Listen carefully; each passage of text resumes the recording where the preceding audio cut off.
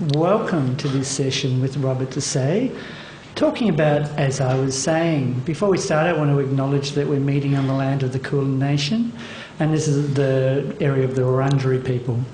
Now, Robert Dessaix is a broadcaster, editor, essayist, novelist and memoirist, and it needs to be said, a traveller and a translator.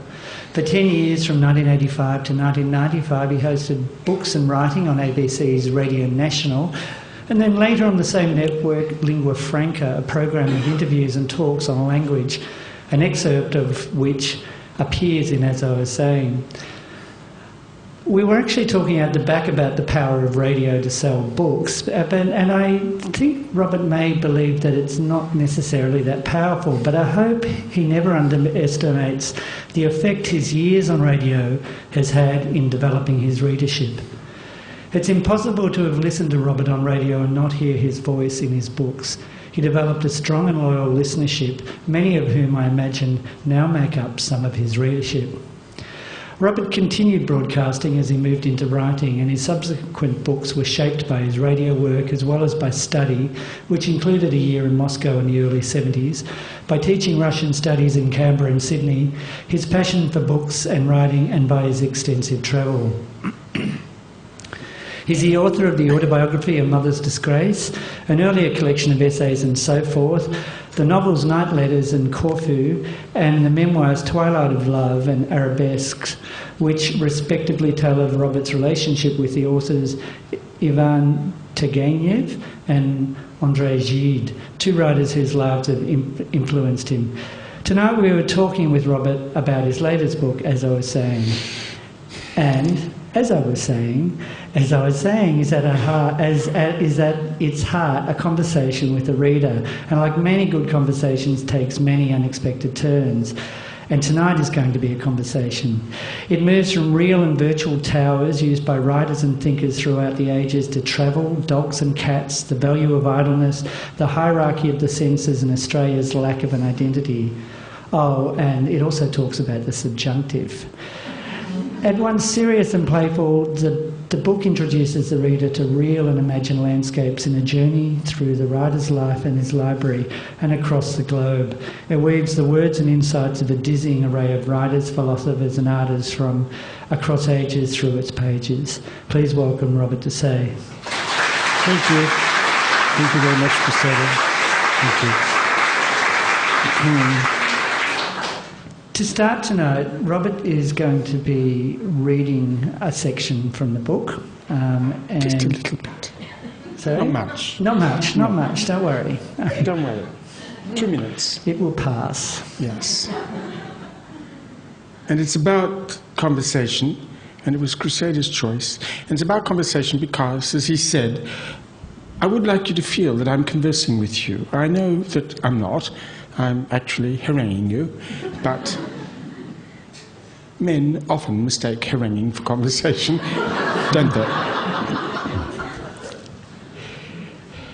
The grand business of our lives, the novelist Henry Fielding said, the foundation of everything, either useful or pleasant, is conversation. Well, it's quite a claim. His contemporary Samuel Johnson was hardly less emphatic. There is in this world, he said, no real delights excepting those of sensuality, but the exchange of ideas in conversation. They were 18th century English gentlemen, so their enthusiasm is not surprising. The 18th century was the heyday of conversation in England, and some would say in France as well. In France, we associate conversation with the salon, those gatherings of wits and thinkers in the drawing rooms, originally the bedrooms, of cultivated Parisian hostesses. A salon was no mere book group either. In the best drawing rooms, disparate intellects, and I'm quoting, fell into harmony like the strings of an instrument touched by an able hand. When did you last have a conversation like that? In England, the conversation flourished more in the men's clubs and the dining rooms of the well-to-do, although English salons did exist. And above all, in the coffee houses, there being some 2,000 coffee houses in London. In the mid-18th century, some gentlemen, Quite so many ladies spent the whole morning reading the newspapers and conversing in these seminaries of sedition, as the High Church Tories called them. I doubt that many of us would echo Fielding's or Johnson's comments nowadays. Conversation, the foundation of everything? Hardly. Did they have in mind an art we for some reason lost? Was it perhaps something you had to have leisure and servants to be able to cultivate and enjoy? It's tempting to think to ourselves when we read about the pleasures of lively conversation in earlier times at Will's Coffee House in London, say, where you might have heard Dryden holding forth, or at Garraway's, a favourite of Pepys's, or the Rainbow, David Hume was a regular there. It's never like that at Starbucks. Or even at that smart new place we went to last Sunday with the overpriced Camargue red rice salad and rude waiters. Never. And when we read of Virginia Woolf popping into Lady Otterline's with Rupert Brooke and being swept up in a whirlpool of scintillating gossip, Augustus John holding forth in one corner, Bertie Russell by the window, Churchill darting in and out of the fray on his way to see the King, and sparks flew, apparently. The conversation crackled. We can't help thinking that it's never quite like that for us when we drop in to see anybody.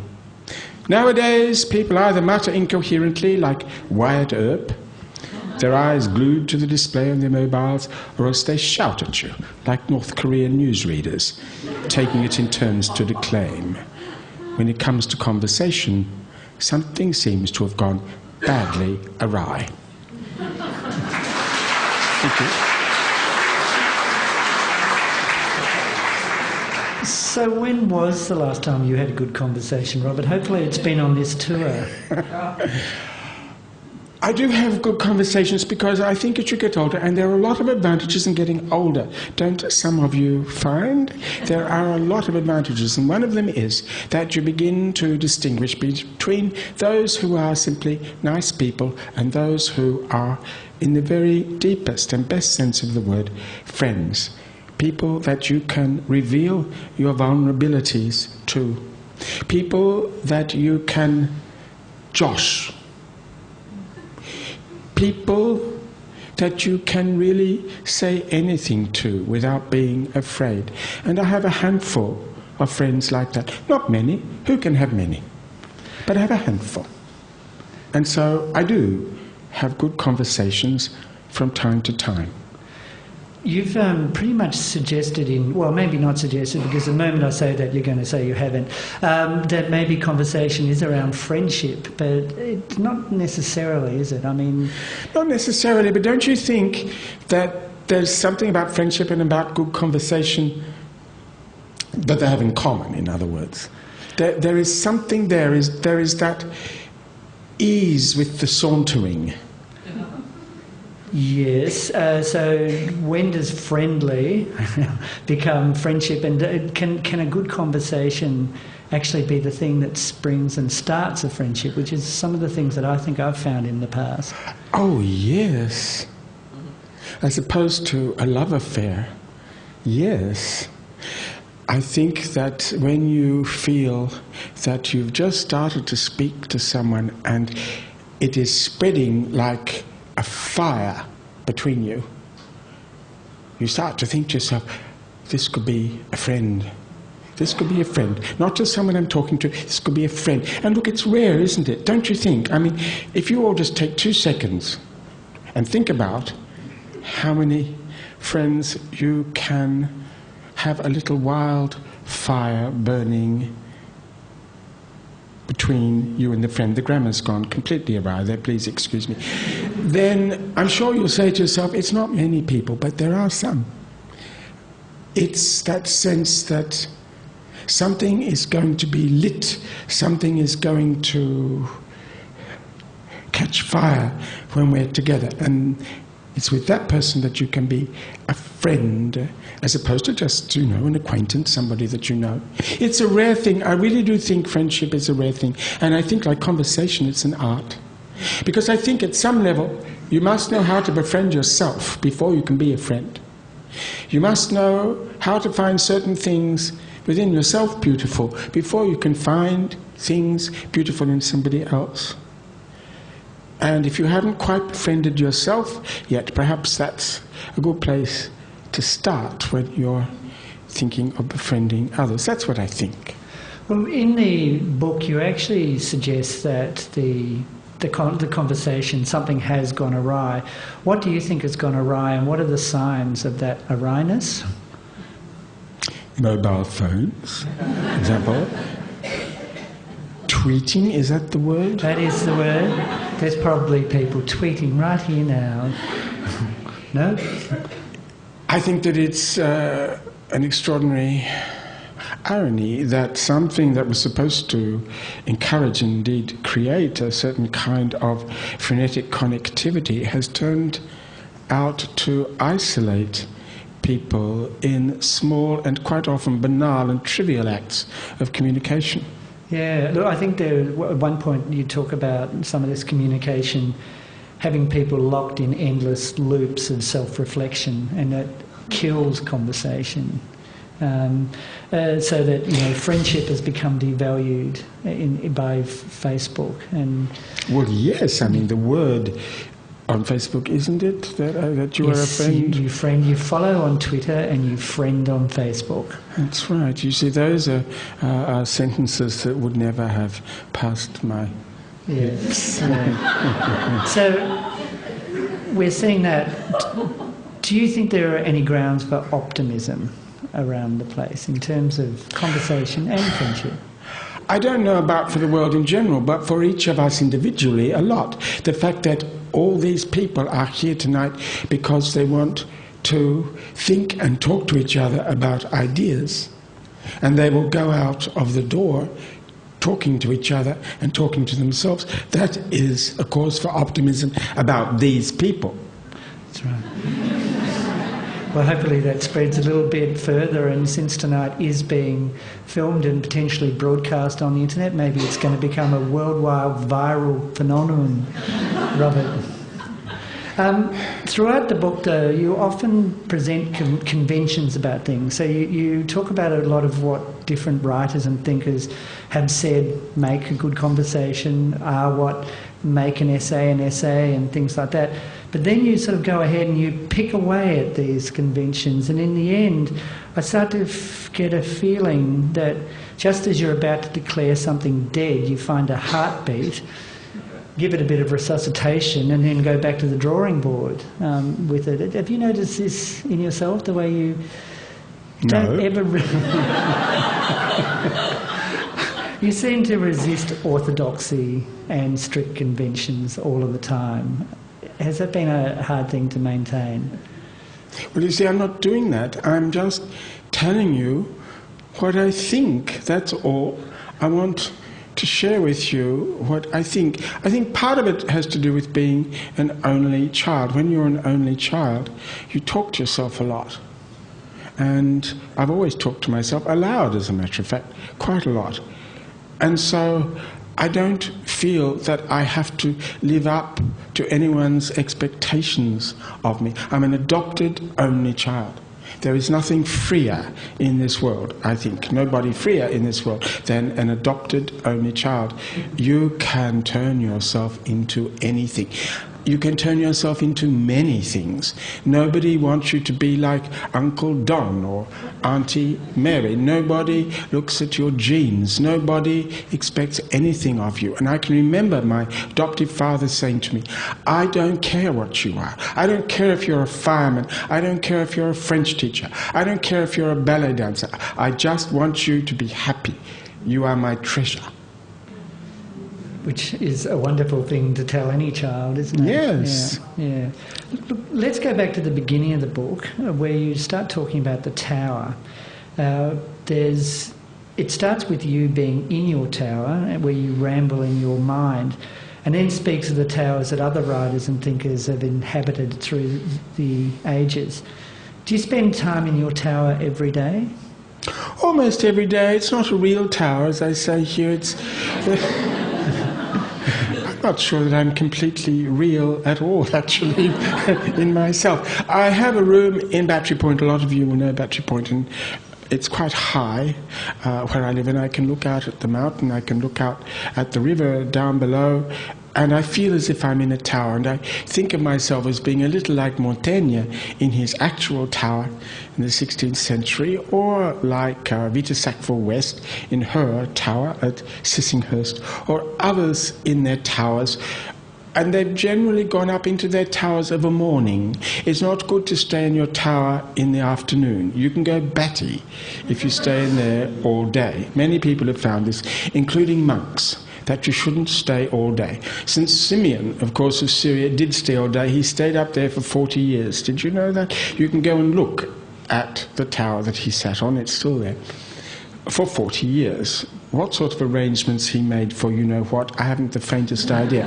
But you can go and see and touch the actual tower he sat on. But for most of us, the best thing to do is to go up into your tower, inhabit your mental world, spiral down through it, then spiral up out of it, and then, about lunchtime, go out into the world. Meet the world, look at things, talk about things, take the dog for a walk, because you have to feed that spiral, and that's the paradox. Unless you are a deeply spiritual person and believe that you can perhaps, I don't know, come into tune with the great symphonies of the universe, be at one with something much greater and more spiritual than yourself, I think that you need to go out and be in the world in the afternoon. A quick postprandial helps, in my experience, and then I go out into the world and gather. So do you do most of your writing in the mornings then? Yes. You're not a late night writer so much? No, I slump of an evening in front of the television. Sounds like a perfect day. Yeah. And do you think that the tower, like conversation and the essay, which we'll get to shortly, is going the way, is becoming a threatened species as well? Well, in Australia, you see, I mean, there's a practical problem, but there are very few places where you can actually publish an essay. I mean, there are places. There's the Monthly, there's Australian Book Review, there are one or two other places, Griffith Review, I suppose, but there aren't very many places. I mean, it's a small country in that sense, and so it is very difficult to make a living as an essayist, as you might if you were a New Yorker, let's say a New York writer of essays. I don't think that the personal essay is in its heyday. The personal essay, as opposed to the political essay, is something rather quirky. It also goes back to Montaigne, I think. And the personal essay relies very much on the personality of the writer. You will know the sort of thing I mean. That sort of quirky, slight grumpiness, I suppose, of the writer. That's traditionally been the tone of the personal essay. And it's normally been a male form, and it's related to wandering about the world like a flaneur, really. Writing about a lost hat, or about thumbs, or Cicero, or whatever goes through your mind. Whereas most of our essays are there to convince you of something. I don't want to convince anyone of anything. Have you noticed that? Absolutely, and I think, as I said before, it feels to me like you go against conventions. You make sure that you have all of the information at your disposal, and then you offer something which might be slightly different take on the way out. You allow people to see some things differently again. Good. Yeah. Which, with the personal essays, you actually say that in many ways, a lot of your writing really gets down to an essay type form. I found in this book, it isn't a whole series of essays and talks and journalism. It is, in fact, one interwoven essay. Do you see it in that way yourself? I would like to. Someone yesterday at one of the events I did in Sydney complained that there was no list of contents. Well, there is no list of contents because it is a ramble. It is just a kind of perambulation through my internal spaces. And I quote various talks that I've given and essays that I've written as I ramble. And so there can't really be a list of contents. So yes, that's what it is. But I think that there are links, don't you? I mean, there are links. And many recurring motifs. Many recurring motifs. I repeat myself, in other words. Well, actually, you talk about the value and the simplicity of repetition as being not such a bad thing. In fact, at one point you talk about a French editor wanting for you to come up with new words to describe the same word you keep on using. Oh yes, there's some sort of very odd rule in the French publishing industry. You're not allowed to use the same word twice on the same page, some sort of rule like that. And I often use the same word over and over again, and I do it on purpose. I want people to hear a different kind of ring each time they come to this word. You know what I mean, don't you? You know, I want them to hear a different note each time. And I want the repetition to build up in the reader's mind. And the French don't like that. They want you to find a different word. They think that that's lazy. I don't think I'm being lazy at all. And the writer Montaigne does figure very prominently throughout the book. Well, he's fashionable at the moment, isn't he? Wow. I mean, let's face it. And all of a sudden, there are biographies of Montaigne everywhere. Everyone's talking about Montaigne. Trying to work out how to pronounce his name. That's not why he's in the book, I don't think, Robert, because I seem to feel as if there were some other reasons apart from him just being famous. Yes, so maybe you could reasons. talk about some of the reasons why, and maybe why he because is kind he's of idle. So and I am idleness. writing in praise of idleness on every second page in this book. It could have been called In Praise of Idleness. It could. Yes. Of course, he had servants and peasants and whatnot. And when he looked out the window, he could see peasants bringing in the harvest, and he didn't ever have to, obviously, do the washing or anything like that. And so he could be idle. But I write in praise of idleness, which is not the same as indolence. And I think that understanding the difference between idleness and indolence is a key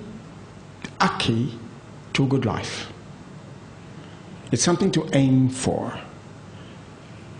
It's that sense of focused mindfulness. That's what I mean by idleness. Attentive tranquility. That's what I mean by mindfulness. It's what a dog has, but not a cat. Would you like to elaborate on that statement about the dog? Not and much. the cat? I think cats are indolent.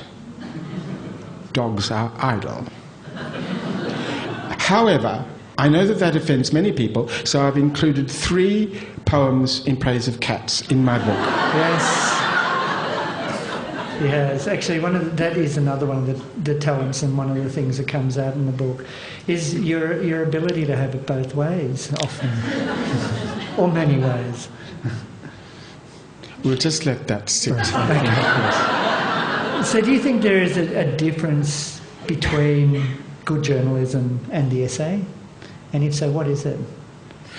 Well, journalism is a word that I would use when the writing is about something of the day, wouldn't you? Something very much of now. Whereas I think a good essay should be something that you can read, something enriching that you can read decades later, a century later, 5 centuries later. It should be about something that is deeply human, that we all share, at least in, I suppose I would have to say, in Western societies. Something that we can all go back to and think, yes, that's a deeply human thing about me, and it's brought to life by reading this essay. I think that's the difference for me. And if the essay is going the way of the conversation, that'd be a great shame, because it's obviously been, one of the great ways that we do learn about ourselves.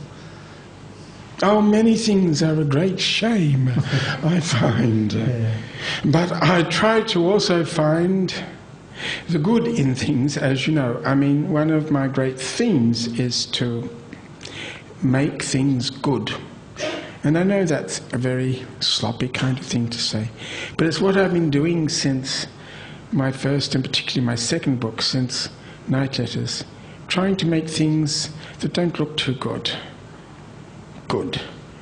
And I do that, I think, by finding layers of meaning and experience and feeling in ordinary things. That's what I try to do. And I don't always succeed, but I think that's what we all do, all the people here tonight do, when they're alone particularly, feeling at peace. They start passing through the layers in their mind that take them back to their core and make them feel profound and rich, despite having to go to Coles and having to do the washing and do the ironing and having to do all those small things that would seem to make our lives superficial and trivial.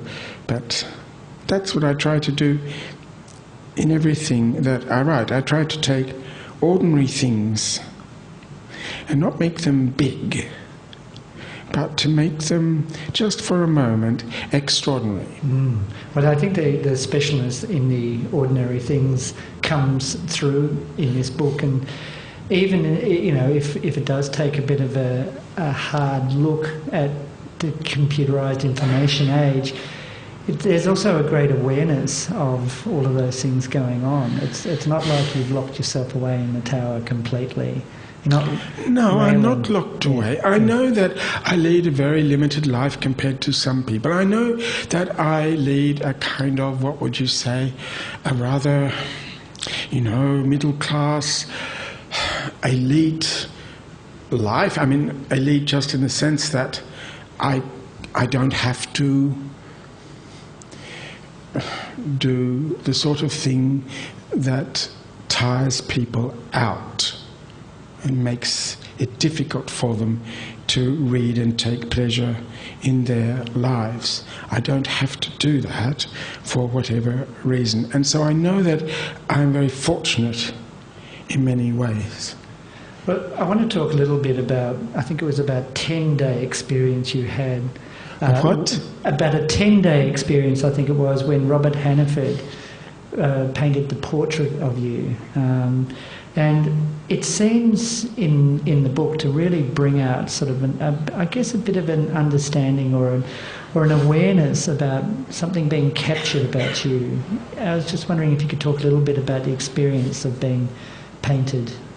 Well, there is an essay in there about being painted, because I found that, oddly enough, against my expectations, very few people have written about the experience of having their portrait painted. Very, very few. And it's an extraordinary experience, feeling that someone is capturing something about you. When it's in oils, as opposed to in a photograph, being photographed is something quite different. When it's in oils, someone is trying to catch the sweep of you. Not just what they see, but the sweep of you.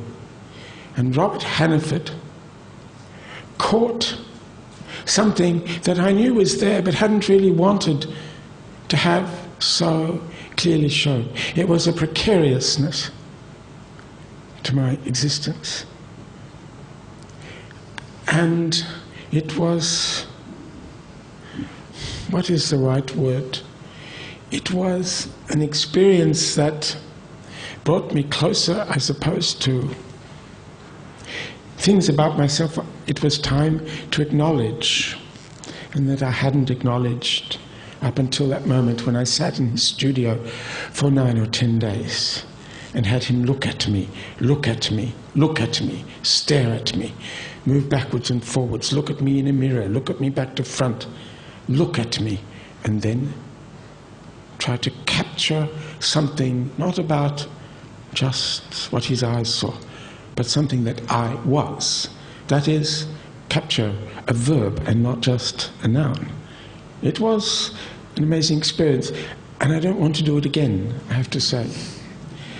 It was, in some ways, a little wounding, in a good way, but I don't want to do it again. It taught me a lot. It also taught me a lot about how I paint portraits with words and how it's actually very different from the way a painter paints or a photographer takes a picture as a portrait. But if that subject interests you, of course, you can read that. Look, we're going to have a second short reading, and this one's about travel. This is even shorter, so don't panic. At root, and let me quote Michel de Montaigne one last time, the greatest thing in the world is to know how to belong to oneself. It's what I would call in English how to befriend oneself, as I said before. Much better, in fact, now I'm not quoting anybody, I'm just speaking to you, than knowing yourself. Not knowing ourselves, according to Fernando Pessoa, the Portuguese writer, a contrary man, but acute, is a gift from the gods. Not knowing ourselves, he said, is a kind of lifeblood of the spirit. It keeps the soul from growing anemic. Idleness and ambling, bewitching time, in other words, instead of serving it, are vital to another art we are losing sight of while talking about it almost obsessively, travel. To be frank, I talked about travel almost obsessively myself, over dinner, at seminars, at literary festivals, and on the radio. I talk about it more than I do it. Travel itself, in my experience, mostly consists of eating and waiting and feeling anxious. But it is one of the few things in life that is worth doing for its own sake. At a certain age, when long-term goals seem pointless, this is immensely appealing. When I do get round to it, I tend to travel rather timidly. I feel uncomfortable, in all honesty, a bit of a fake, talking about it at all within earshot of real travellers, the ones who cross Borneo on foot, walk from Putney to Istanbul and so on, facing tarantulas and marauding natives, weeping with fatigue and putting themselves in mortal danger. Beside their Richard Burtons, I feel like some sort of Anita Bruckner. The minotaurs that I face, I tend to meet in cafes and hotel foyers. This is mildly depressing, but I can't help holding forth on the subject, and when I do, this is the sort of thing I generally say.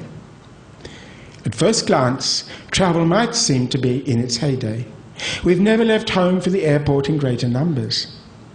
No weekend newspaper or magazine is complete without a glossy supplement on vacationing. Every time you turn on the television, some schoolchild has just scaled Mount Everest, or a disabled octogenarian has kayaked backwards across the Tasman.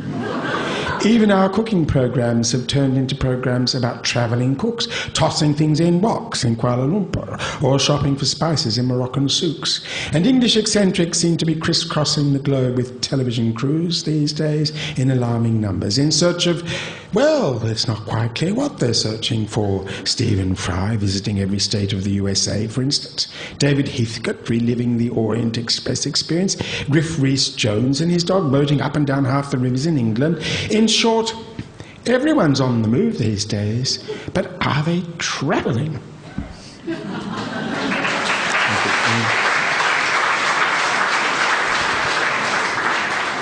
So with all those pressures, are you still travelling, or have your travels turned into trips? I do. I mean, the last time I travelled, and there's an essay about this in this book, was to go to Syria just before what is happening started to happen. I was very fortunate in that sense. And for me, it was the most exciting 3 weeks of travel I've ever experienced in my whole life, and I've travelled a lot. And it was exciting, and it was life-changing, because it was the centre of the Silk Road.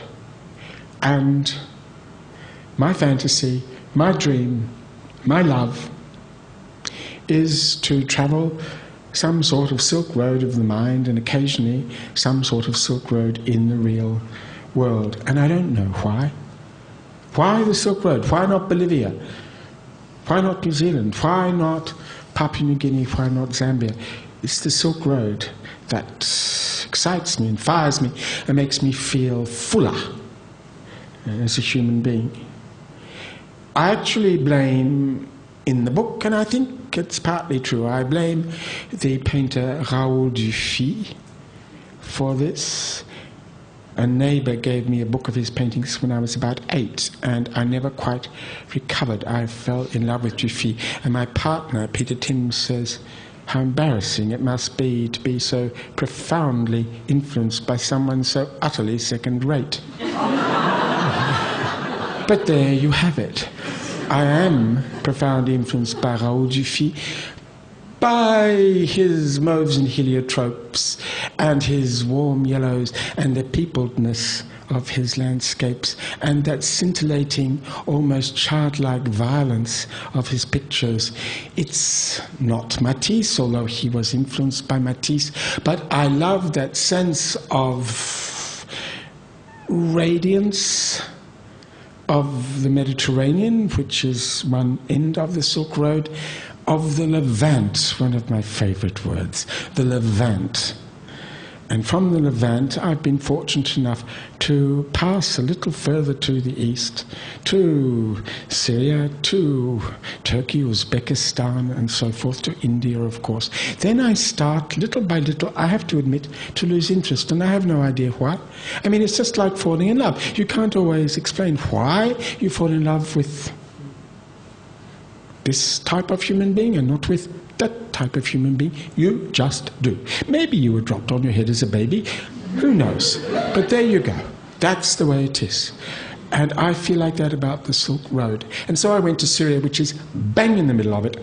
Palmyra, in the middle of Syria, is a sort of wonderful ganglion of roads coming from all over the place, starting way over there in China, starting way over there in Lisbon, and they all come together.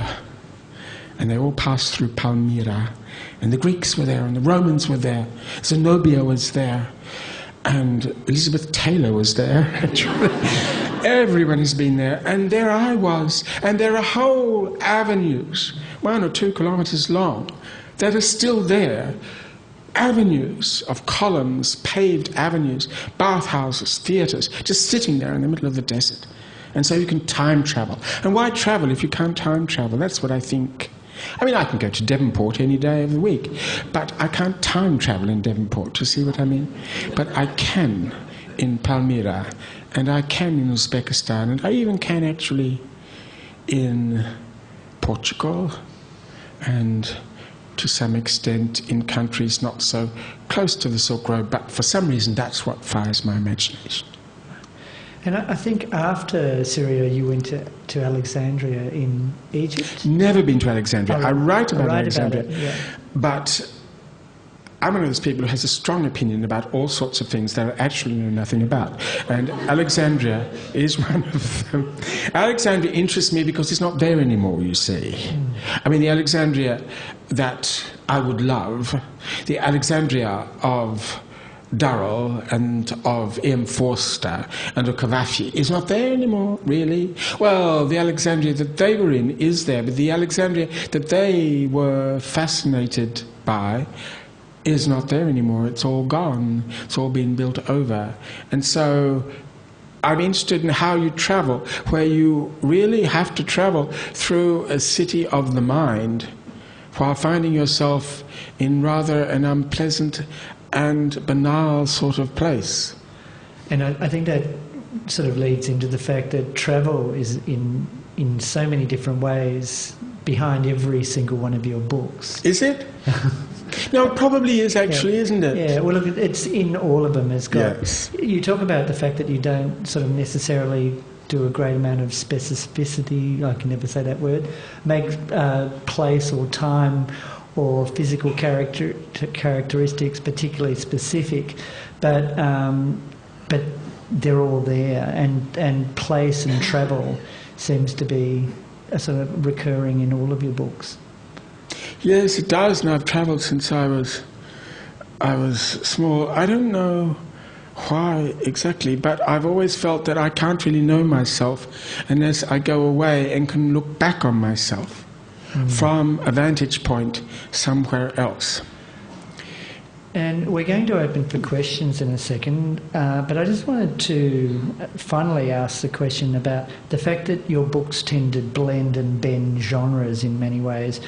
I introduced Night Letters tonight as a novel, but in this book you talk about it as pretending to move on from autobiography.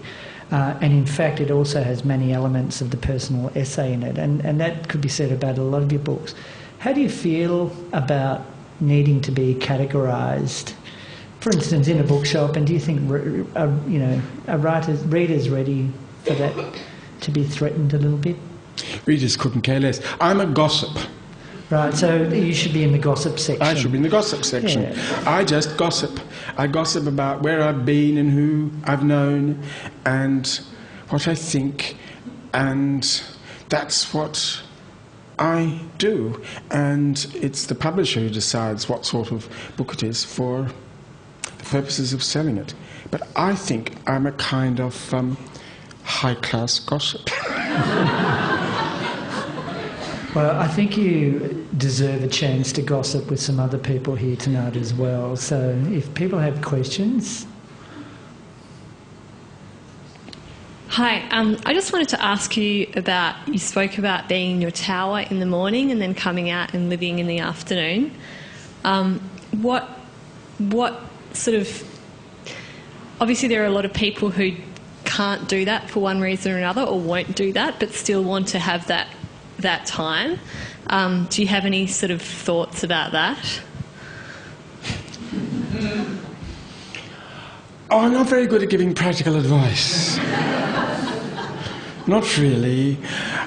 I know that people have all sorts of impediments in their lives to the meditative life and to the creative life, and these are impediments that I can do nothing to get rid of, really. I think all you can do is picture the sort of life that you would like to have, the sort of day you would like to have, because this is very important to me. I've come in recent months to think that the important slice of time for a civilized life is the day. It is working out what makes a day good. And I think all you can do, if you don't have a tower, and if you have 3 children under 6, or if you have 4 dogs that need to be walked constantly, or if you have a lot of other chores, that dreadful word, chores that need to be done constantly, all you can do really is probably think in a transformative way about yourself until you can try to bring your day closer to the sort of day where, in some sense, you can have a tower experience for an hour or 2 in the morning and then be in the world in the afternoon. But, as I said before, I'm really very impractical person, and I've had to deal with all sorts of things in my life that not everyone has to deal with, some of them extremely difficult to deal with, but I've been very blessed in terms of time. I'm rich in time, and I know it. I can't say much more than that. I adore your books, Robert. And when we lend them, we've got to fight to get them back. But in Night Letters, when you're having that wonderful conversation with the professor, don't you think you're a bit hard on Marco Polo when you said he'd been away for 17 years travelling, but he'd never been anywhere?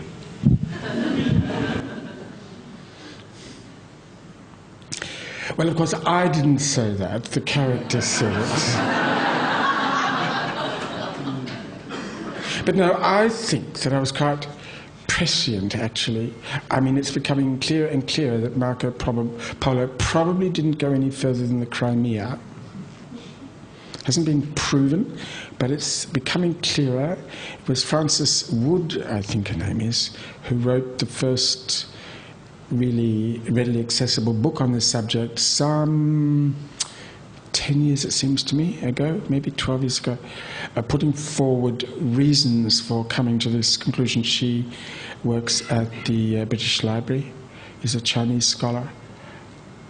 And I just needed to compare Marco Polo to other kinds of travellers, and so I let my narrator do that. But yes, it's yet to be shown that he ever went past the Crimea. Did you know that? No. Have a look at Frances Wood. You'll find her in the library, right next door, I'm sure. And it's a book called something like, Did Marco Polo Ever Go to China? But if you Googled Frances Wood, Marco Polo, the name of the book would come up. Hi, Robert. I was just wondering, what is your favourite essay and what are you reading at the moment? I've just been reading Zadie Smith, but right at the moment, if you really want to understand, so I'm reading a book by a woman called Madeline St. John called The Women in Black, which is a book about the women who worked in David Jones in Sydney in the 1950s and 1960s, and having worked in retail myself in the 1950s, just over the road from David Jones, there are all sorts of things about it that appeal to me. I read more and more now people that I used to love, and I just want to read them again. I don't have very many writers that really, I can't name very many writers that really knock my socks off, I must say, in the way that, let's say, Anna Karenina once knocked my socks off, in the way that Turgenev knocked my socks off, in the way that, well, Zadie Smith sort of knocked my socks off with White Teeth. I have to say, there aren't very many modern writers who do that for me. And what was the first part of your question? What's your favourite essay? My favourite essay. Oh, that's very difficult. I've been sitting with Montaigne for a long time. You can buy various translations of Montaigne, and I bought him in French. His French is very difficult to decipher. It's so old-fashioned, but I have 2 English translations as well, and I sit and read Montaigne. I mean, Montaigne on friendship is wonderful.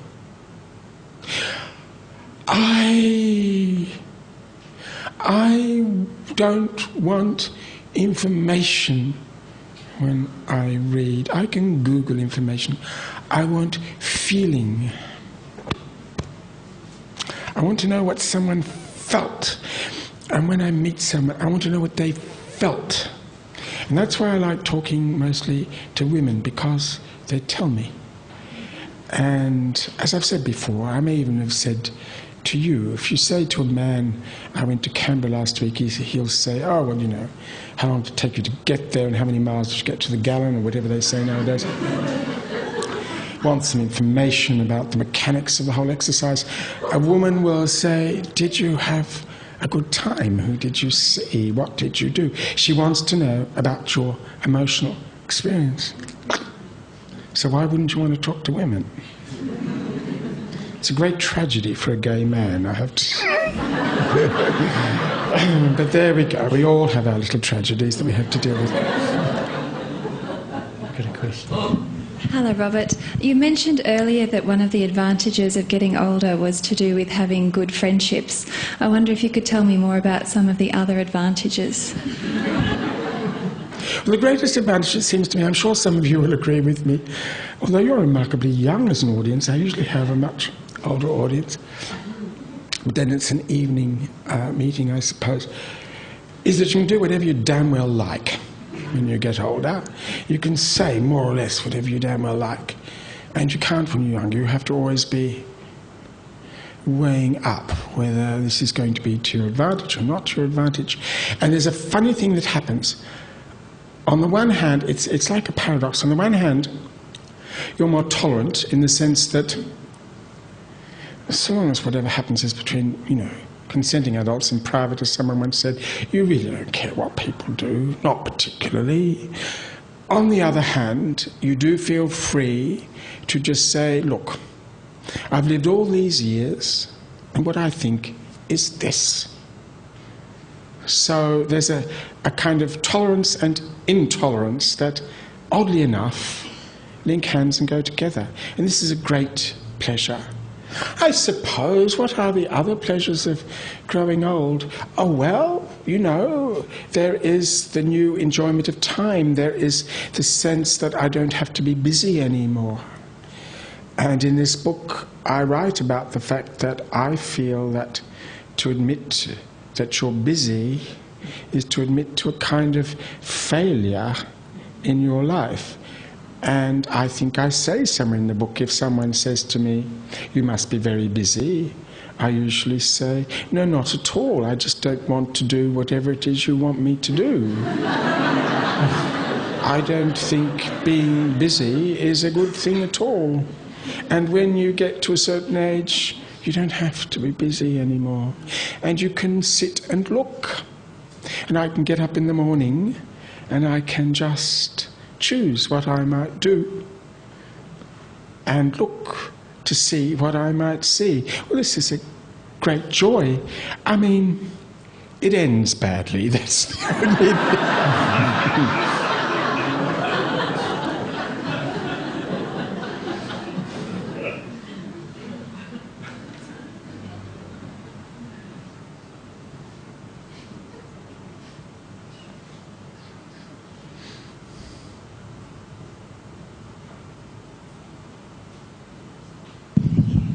Hello, Robert. I love your writing. Thank you for all the happy decades of radio listening and reading you've provided me with. I'm an English teacher. That was my daughter, so I'm old. And I've got this fascination with the difference between narrative point of view and narrative voice, which I tell my students the narrative voice lies in considering the relationship between narrative point of view and aspects of style, which influence the feeling purveyed by the author. And I'd love to hear any ideas you have about that. I don't think I've got any ideas at all. You see, the thing is, when you write, I mean, I met someone this morning who was writing about interstitial spaces in my writing, and I have a friend in Hobart who's writing a PhD on my writing. Haven't got the faintest idea what he's talking about or what he thinks or none of that. If you know too much about writing, you can't write, in my experience. All I know about voice is that it's constructed. Of course it's constructed. The voice I'm using now is constructed. Of course it is. It's there to seduce you. It's there to seduce a certain kind of reader. Of course it is.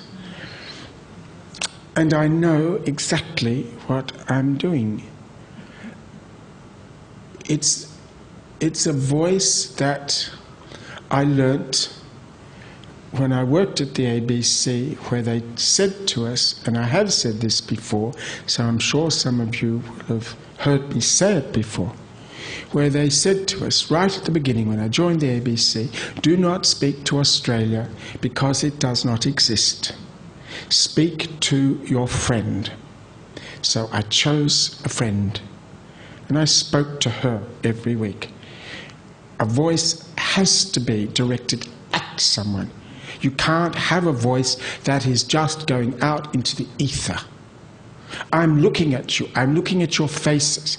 I'm seeing the people who are enjoying this aspect to what I'm saying, and the people who are a little bemused, and the people who perhaps are thinking about what they're going to have for dinner when they eventually get home. I'm talking to real people.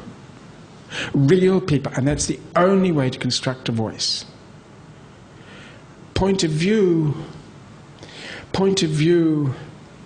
well, that is a very complicated technical question, and I suppose all I can say about my own work is that I almost never have an omniscient narrator.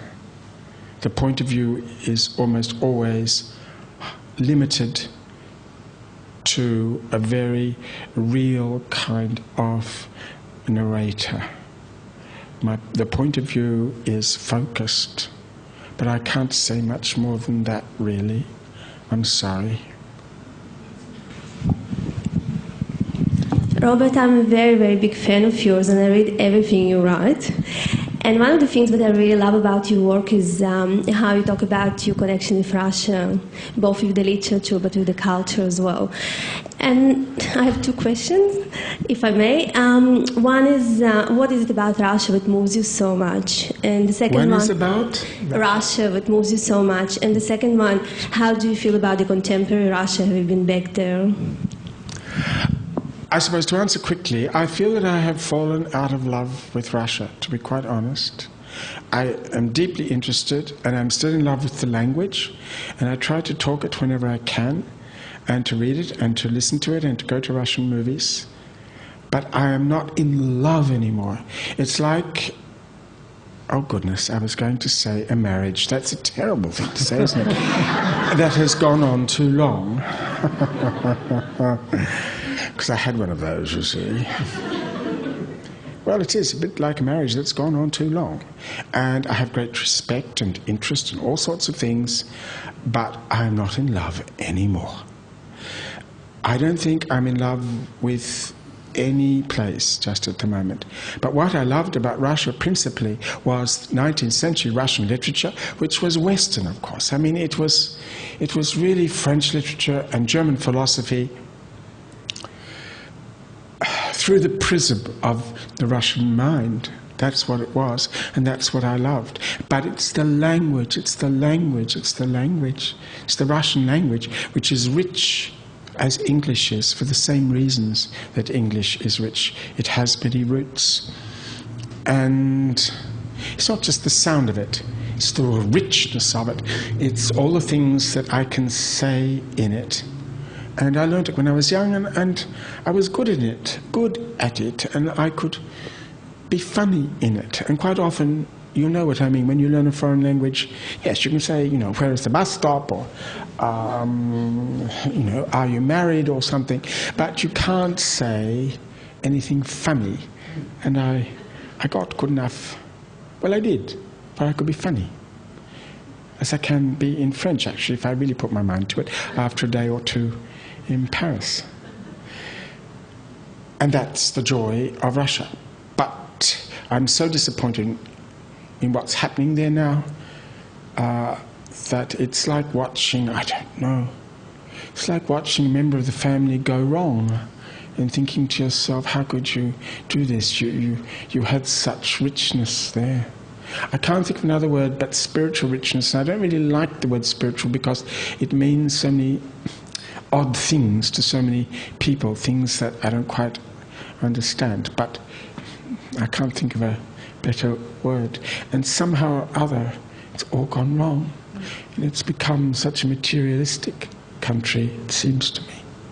But of course, there must be tens of millions of people there who still read Akhmatova and who still read Tsvetaeva, Pasternak, Tolstoy, Turgenev, and Dostoevsky, Turgenev, Pushkin. There must be.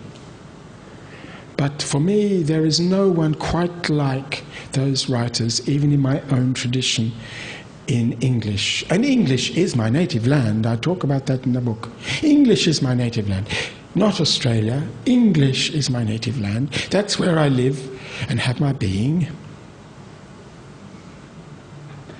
Robert will be signing books immediately after this. A couple of other small, well, not small, not insignificant things, maybe small. Robert Dessaix has an essay entitled "Pushing Against the Dark," which is an edited version of the 2011 Seymour biography lecture in the Australian Book Review, and that's on sale at the back, along with Robert's books being sold by Hares and Hyenas. And if any of your friends did miss out tonight, Robert is actually appearing at Hares and Hyenas tomorrow night at 7:15, and it's a free event as well. It's an essay about how to write about yourself when you know deep down that you are actually of absolutely no consequence, which is what I know about myself. Deep down, I'm absolutely no consequence, as probably at least 90% of you are. We are good people, we are interesting people, but of absolutely no consequence. But we want to write about ourselves, paint ourselves, photograph ourselves, talk about ourselves. How should we do this? That's what the essay is about. So some of you might find it interesting. So can we have a round of applause for a fellow inconsequential person? Thank you. Thank you. Thank you.